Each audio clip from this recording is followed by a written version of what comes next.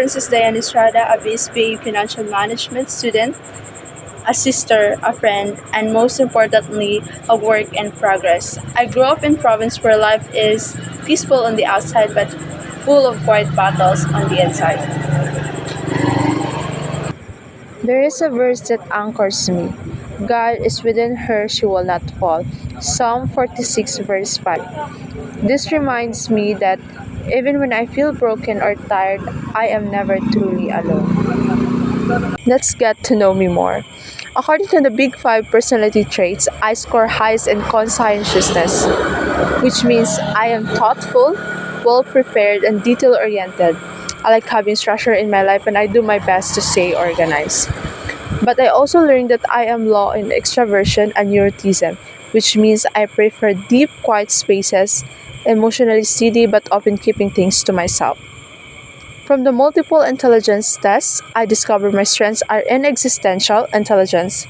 I often reflect on life's deeper meanings and linguistic intelligence, which explains my love for writing and expressing thoughts through words. Lastly, my MBTI type is INFJA, also known as the advocate.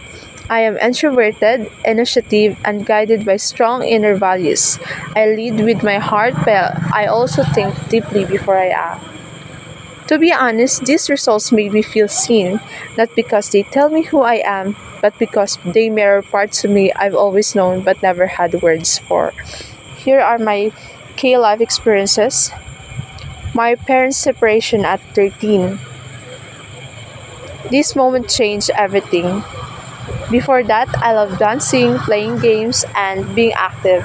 But when they separated, I lost that part of myself. I started doubting if I was still that girl, full of life and energy. I began to pour myself into studying, not for medals, but to somehow fix what was broken. I joined quiz bees and school competitions. I wasn't always the best, but I always gave my best. It was my way of coping and finding control again. One of the biggest blessings I've had is finding a circle of friends who glorify God with me. They reminded me that healing is possible and that God never left me, even when I felt alone.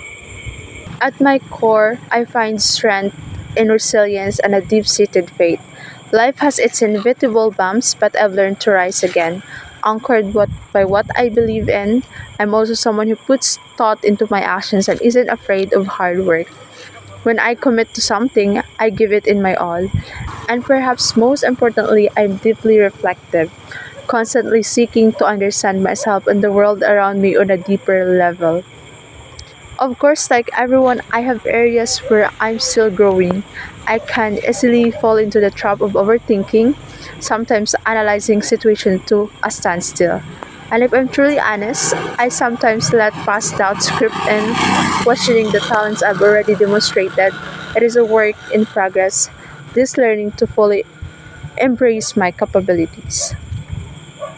Looking ahead, I'm incredibly fortunate to have a strong support system in my friends and the opportunity of education.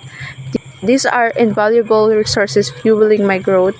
I also feel a stirring and exciting chance to rediscover my creative side, something I've perhaps neglected but feel a pull towards once more. However, the path isn't without its potential hurdles.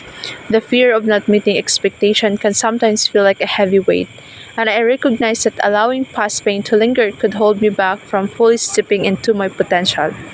Acknowledging this threat is the first step in overcoming them. So, where is this compass pointing me? My aspiration is to become a financial expert with a heart. I envision a career where I led with unwavering integrity, using my skills not just for personal success, but to uplift others and give back to the family that has shaped me. Ultimately, I want to live a life that resonates with meaning, a life where success is measured not just in numbers, but in the positive impact I have on the world.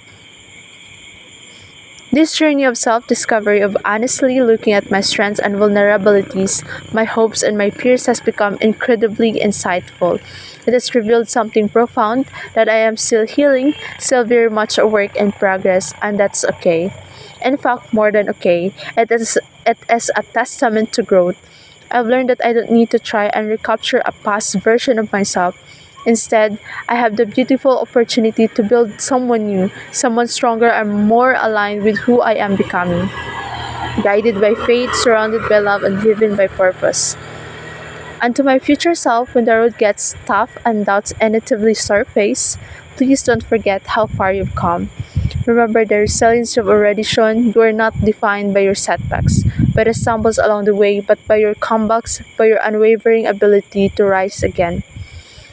And to anyone watching this, wherever you are on your path, please know that it is perfectly alright to not have it all figured out. Life is a journey of continuous learning and unfolding. What truly matters is that you are trying, that you are putting in the effort, and that you keep going, even when it feels difficult. This understanding has become my personal mantra, the guiding principle that I carry with me. Your brokenness is not your ending, it is your beginning. Cinderella!